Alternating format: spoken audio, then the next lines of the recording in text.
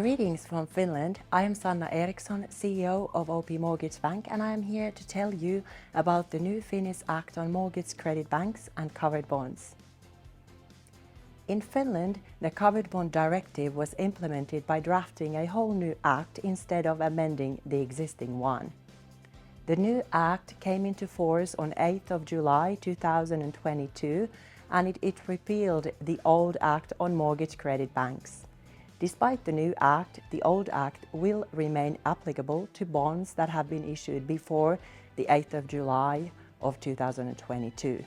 The transition regulations in the new act enable the transfer of the old bonds under the new legislation if certain criteria set by the act are met.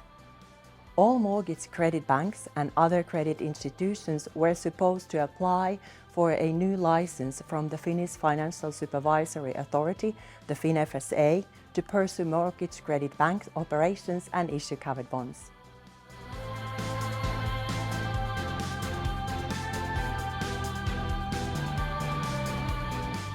Eligible cover assets are mortgage loans, commercial real estate loans, and public sector loans.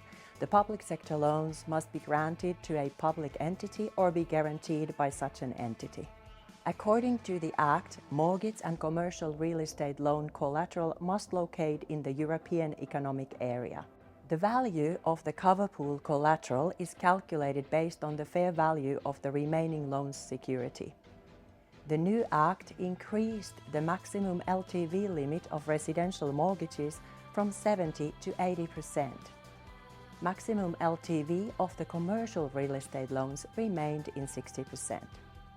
Maximum amount of real property securities or equivalent pledges must be taken into account in the valuation of the collateral.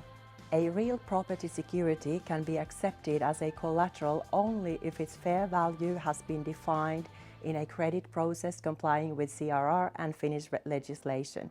According to the Act, a loan with a real property security may not exceed the property's fair value at the time of registering the collateral in the covered bond register.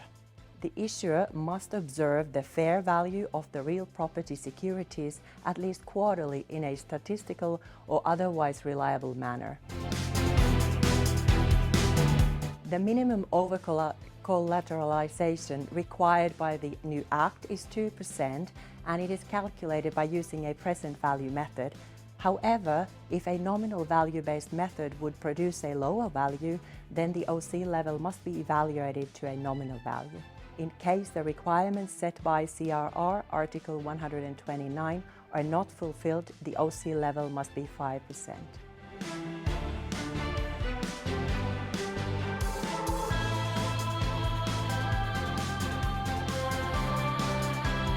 In the Act, the primary methods of mitigating market risk are regulations considering LTV limitations, liquidity outflow buffer, and maturity extension. The new Act sets a requirement for the issuer to ensure that the cover pool liquidity buffer covers constantly the maximum cumulative net liquidity outflow over the next 180 days. To determine the net outflow rate, the issuer may use the date when the covered bonds become due for payment at the latest as an extended maturity date.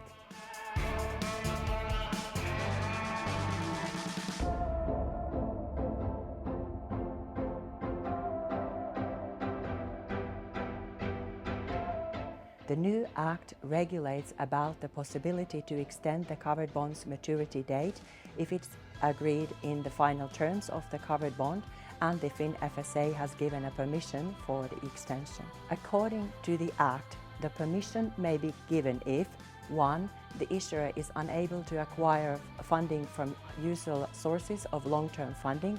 2. The issuer cannot pay the capital or interest of the covered bonds without failing to meet the issuer's or the consortium's liquidity requirements. And 3. The extension does not affect the order of maturity of the covered bonds based on the original maturity dates included in the same cover pool. The prospectus of a covered bond shall state the content of the contract term concerning extension of maturity and contain a description of the permission procedure for extending maturity. As such, the Act does not regulate about an external cover pool monitor.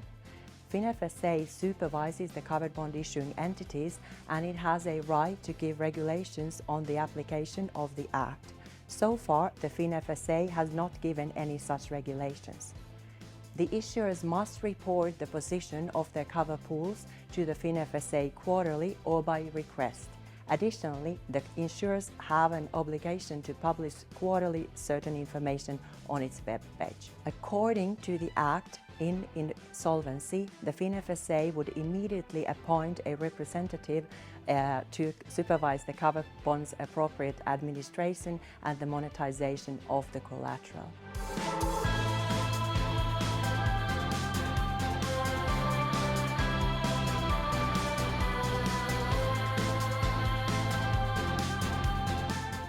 The new Act meets the requirements set by Article 129 of Capital Requirements Regulation.